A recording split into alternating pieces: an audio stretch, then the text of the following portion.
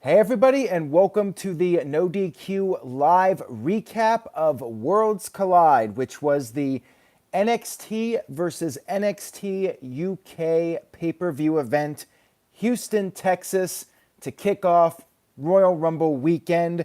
We have 6 matches to go over and discuss.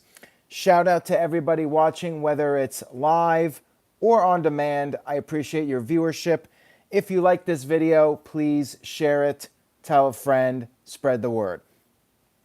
We had the half-hour kickoff for the pay-per-view, and during the kickoff, Angel Garza, the Cruiserweight Champion, was presented a new updated design for the Cruiserweight title. We had our kickoff match, which was the first NXT versus NXT UK match. Kaylee Ray, the UK champion, versus Mia Yim. Yim put up a good effort, got some near falls, code blue, hit a Canadian destroyer. Still wasn't enough to put away Kylie Ray. Ray ended up reversing a pinfall attempt and then took the heel way out, so to speak. She grabbed Yim's pants and then grabbed onto the rope to secure herself a victory in our kickoff match. Good opening match here between these two to start us off. Our first match of the pay-per-view itself, the first official pay-per-view match, Finn Balor one-on-one with, let me try his name here, Draganov. I'm not sure how to pronounce the first part of his name, so I'm just going to call him Draganov. Easy enough. They mentioned the term dragon, and he's Russian, so Draganov. Got it. We had Tom Phillips and Nigel McGuinness doing commentary for the show. No Mauro Ranallo. And I must say, I did notice it. Although I did not notice right away that Ranallo was not there, it took me a little bit to realize, wait a minute, Mauro Ranallo's not calling this. I think the show was still really solid without him, but I do miss the guy a little bit. He has that signature sound that I'm used to when watching NXT. I did miss him. Anyways, the wrestling was great on this show. Draganov was looking really solid here against Finn Balor, standing up to the veteran, getting in his face, taunting him and all that stuff. Crowd, though, was more into Balor. No surprise. Balor is the established star. Crowd was behind Balor, and Draganov went for a senton, which Balor got his knees up to counter, and then hit the coup de grace, followed by the 1916 to pick up the victory over a very game Draganov. And somehow Balor got his nose busted up during the match. I'm not sure what it was exactly, but at the very end you could see that his nose was bleeding. Good match here, good opener for the official pay-per-view. And then we had the Cruiserweight Championship, which was just what you would expect from a Cruiserweight match. Non-stop action from start to finish, Angel Garza defending against Isaiah Swerve Scott, Jordan Devlin, and Travis Banks. And I should note that before the match, we had a segment with the tag teams that will be competing in the finals of the Dusty Classic. We had the announcement that the winning team of the Dusty Classic will go on to challenge for the NXT Tag Team titles at NXT Takeover Portland. And then we had the two teams, Pete Dunne and Matt Riddle, along with the young grizzled veterans being interviewed for this upcoming Dusty Rhodes Classic finale. The grizzled young veterans, they talked some trash, and then Rude and Dunn did their rebuttal, which was some comedy here, which I like. Basically, Matt Riddle is the comedian and Pete Dunne is the straight man. Matt Riddle was like, bro, and he was talking about how right now they have the biggest smiles on their faces, even though Dunn was completely deadpan, no reaction whatsoever. And then Dunn finally got on the mic and said, I'm going to be blunt here. Riddle is going to smoke you too. And then he added that the veterans, their dreams will come to a bitter end. Fun promo here, and I like it. I like this dynamic between Riddle and Dunn, where Dunn is very serious. He's the straight man, and Riddle is the comedian. They have a nice chemistry. So I'm enjoying this new tag team with these guys. Psycho Jet Black with a $2 super chat says, why did they stop making takeovers before pay-per-views? Good question. I think that there's still a plan to do takeovers. I think there's still a plan to do a takeover before WrestleMania, but I think this was like an experiment by WWE to try something different and see if NXT can do their own thing without having to piggyback off the main roster. And I don't know if it's going to work out for WWE because Portland is not selling all that well, unfortunately. The ticket sales have been fairly weak for the Portland event, and I'm not really surprised because Portland isn't WWE's best market. They've been struggling to sell tickets there for NXT house shows. I went to a couple of them, and they were pretty small crowds.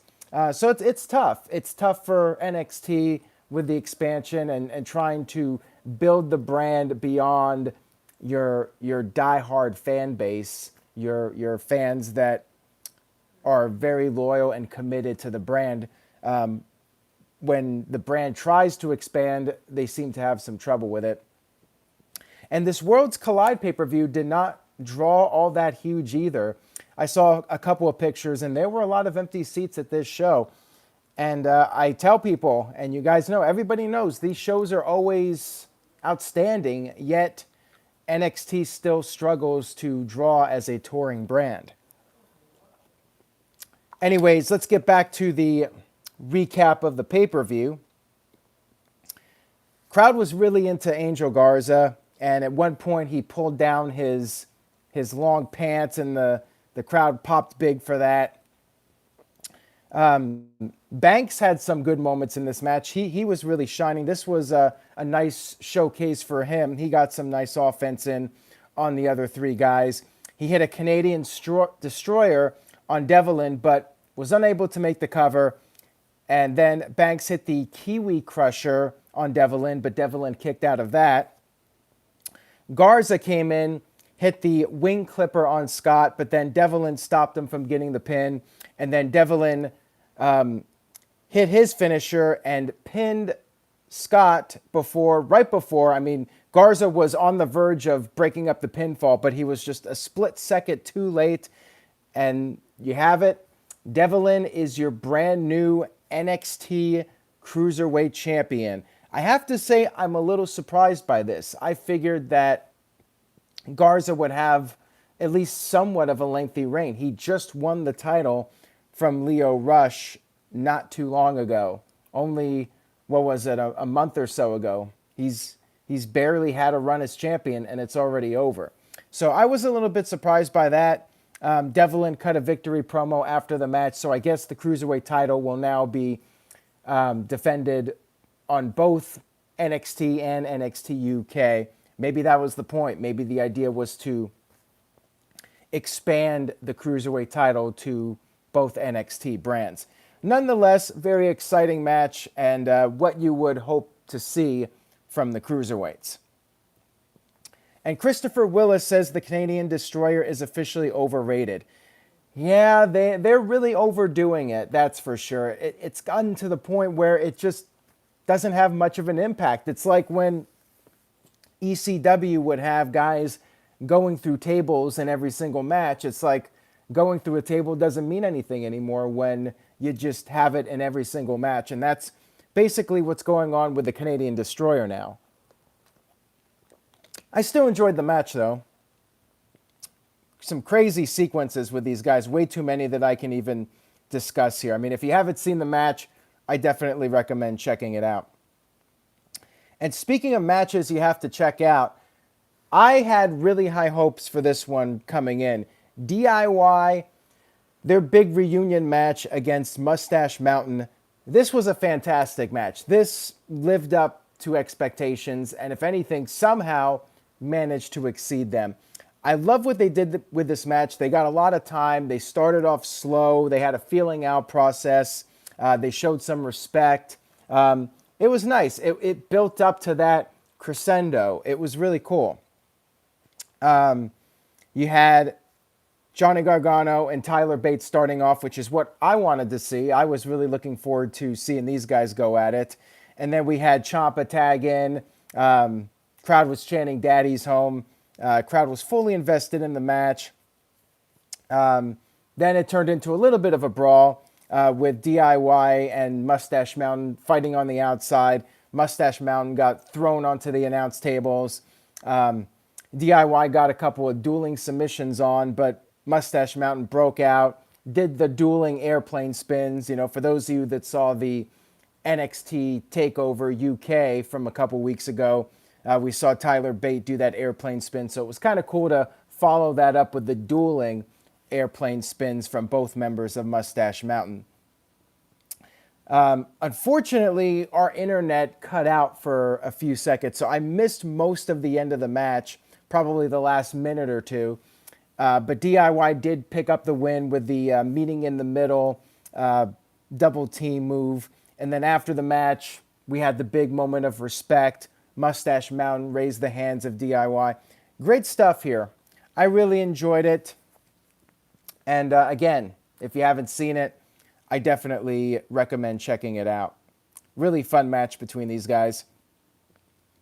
Then we had Rhea Ripley defending the NXT Championship. It's no longer the NXT Women's Championship.